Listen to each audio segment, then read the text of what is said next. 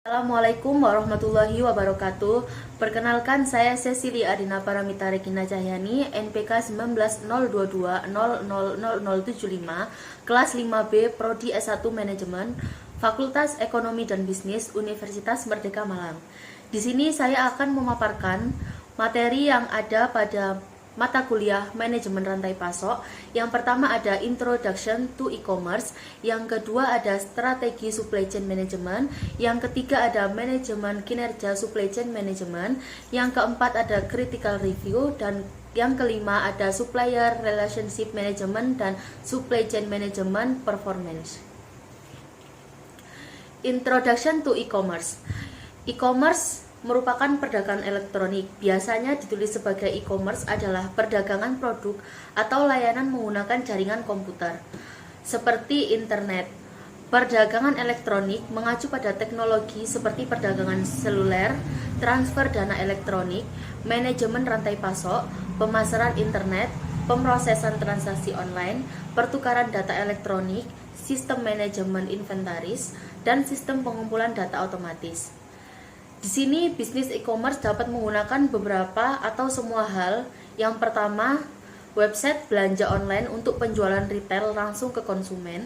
Yang kedua, menyediakan atau berpartisipasi dalam pasar online yang memproses penjualan bisnis ke konsumen atau konsumen ke konsumen pihak ketiga. Yang ketiga, pembelian dan penjualan bisnis ke bisnis. Yang keempat, mengumpulkan dan menggunakan data demografis melalui kontak web dan media sosial. Yang kelima, pertukaran data elektronik bisnis ke bisnis. Yang keenam, pemasaran ke calon pelanggan dan pelanggan mapan melalui email dan fax. Yang ketujuh, terlibat dalam retail untuk meluncurkan produk dan layanan baru.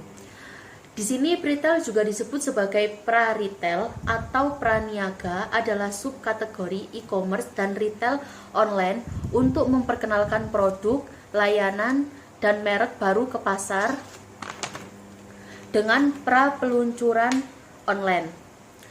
Terkadang sebagai pemesanan dalam jumlah terbatas sebelum rilis, realisasi, atau ketersediaan komersial. Retail juga mencakup perdagangan pra-penjualan, pengecer pra-pesanan, pasar inkubasi, dan komunitas crowdfunding. Strategi Supply Chain Management. Terdapat elemen of business. Yang pertama ada struktural, sulit diubah. Yang pertama ada bangunan, peralatan, sistem komputer, dan aset modal. Yang kedua ada infrastruktural, yang berarti relatif mudah diubah. Ada orang, kebijakan, aturan keputusan, dan struktur organisasi. Terdapat beberapa definisi. Yang pertama ada strategi bisnis, merupakan rencana induk jangka panjang bagi perusahaan, menetapkan arah umum. Yang kedua ada strategi fungsional, mengembangkan lebih lanjut strategi bisnis di segmen bisnis harus diselaraskan dan dikoordinasikan. Yang ketiga, kompetensi inti, kekuatan organisasi yang memberikan fokus dan landasan bagi strategi perusahaan. Manajemen kinerja supply chain management. Salah satu aspek fundamental dalam supply chain management adalah manajemen kinerja dan perbaikan secara berkelanjutan. Untuk menciptakan manajemen kinerja yang efektif diperlukan sistem pengukuran yang mampu mengevaluasi kinerja supply chain secara holistik.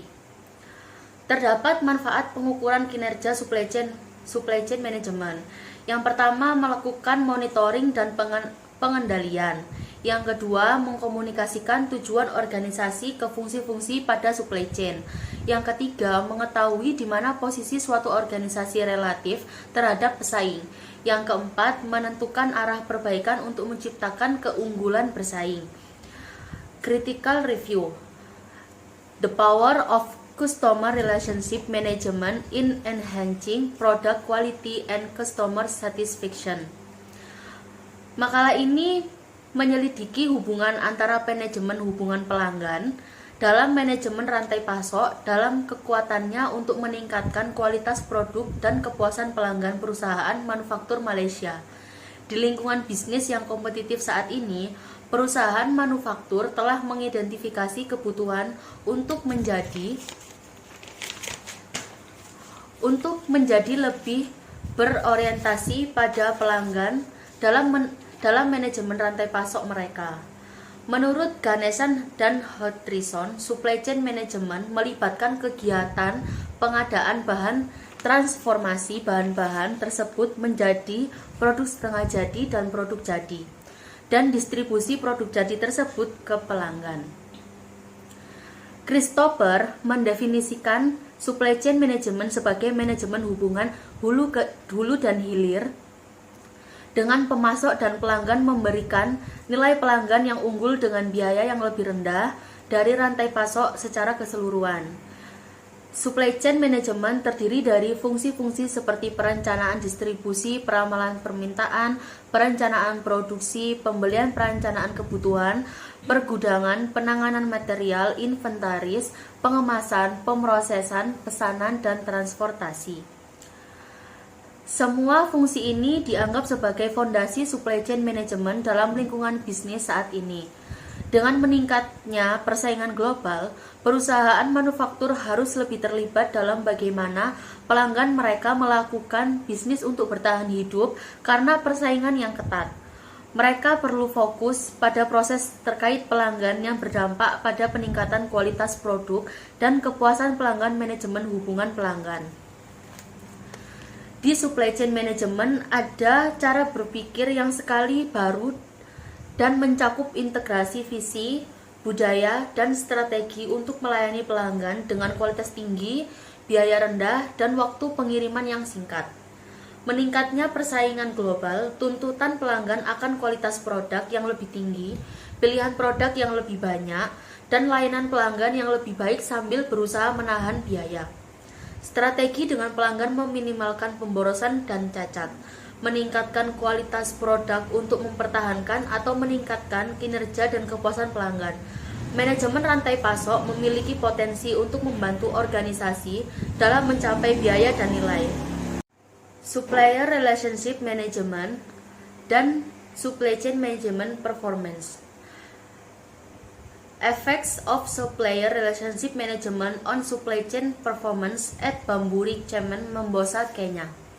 Studi operasi bisnis telah menjadi kompleks, tidak pasti, dan sangat kompetitif.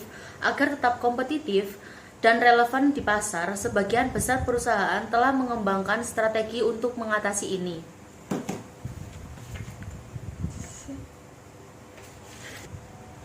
Rantai pasok menjadi bagian integral dari bisnis yang sangat berkontribusi terhadap keberhasilan organisasi, terutama ketika teknologi modern.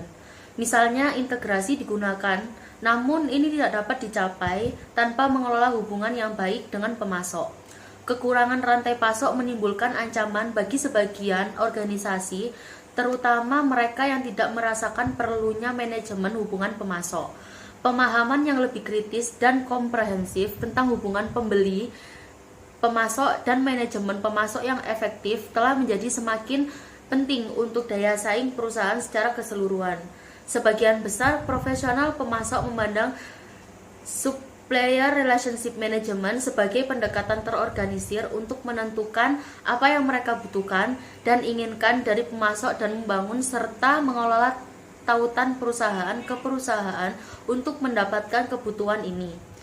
Formal atau tidak, pencarian kembali perusahaan akademis dan konsultan menunjukkan bahwa pendekatan terorganisir untuk memasok dan pemasok menghasilkan hasil sumber yang positif. Sekian presentasi dari saya. Wassalamualaikum warahmatullahi wabarakatuh.